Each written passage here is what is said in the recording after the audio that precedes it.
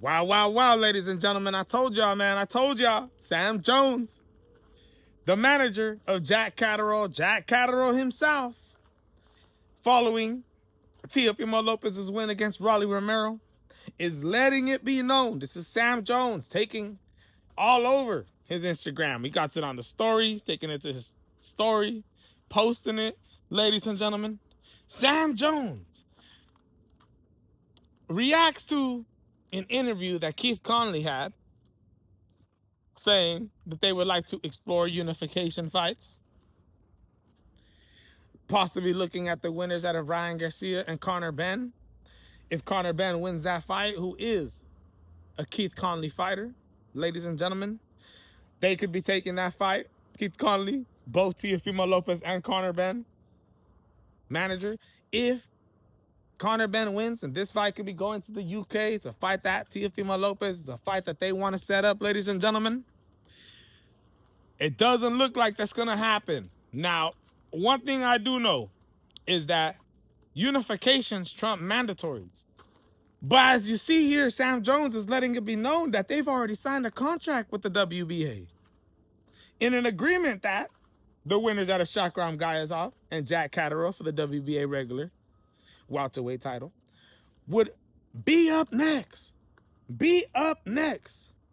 Against Teofimo Lopez and Rolly Romero. It was Rolly Romero that was given up until November to be able to schedule this fight with Jack Catterall.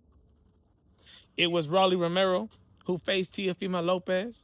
And if Teofimo Lopez won that fight, which he did, the mandatory will now be passed on to Teofimo Lopez. Since the WBA has signed a contract, I think to myself, I don't know if the unification over the mandatory is going to work here, as Rolly was already given his voluntary against Teofimo Lopez, a fight he didn't have to take. Shout out to Rolly Romero for that.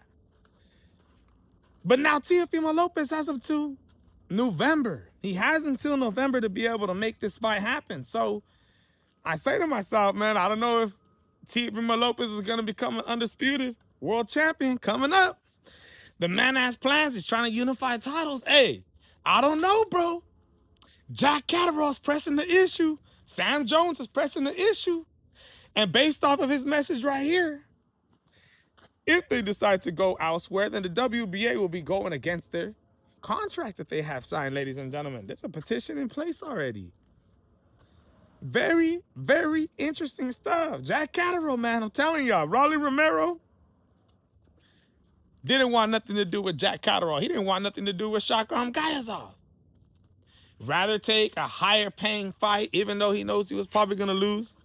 Hey, Rolly sounded like he believed in himself against Teo. But I'll be honest with you, bro. I really don't know if Rolly Romero believed he was going to win that fight. Shakram Gayazov, although he got dropped and beat by Jack Catterall, it felt like it was a low reward, high risk type of fight for Rolly. Why take that? Why take a little bit of money in a fight that's being mandated? Shakram Gayazov's team was already complaining a lot. Why would Rolly Romero do that? So he goes, he tries to look for unifications. He tries to look for big fights. Remember, the dude thought he had leverage when he was going into negotiations with Devin Haney, is asking for a 50-50 offer with no guarantee paid on the back end. When this dude was literally ducking his mandatory, he said he didn't want nothing to do with Devin Haney the month before that. He didn't want nothing to do with anybody. And then as soon as the WBA comes out, this dude thinks he got 50-50 leverage. This dude thinks he's got leverage when it comes to negotiations. When we all see the play here, we all see that you are running from your mandatory to make more money.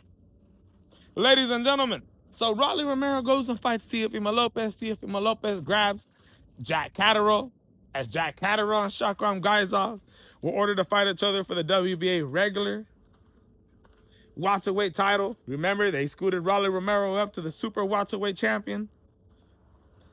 And now we're here, bro. It's very, very interesting. I think it's a dangerous, dangerous fight for Teofimo Lopez. Going up against a southpaw, quick, crafty.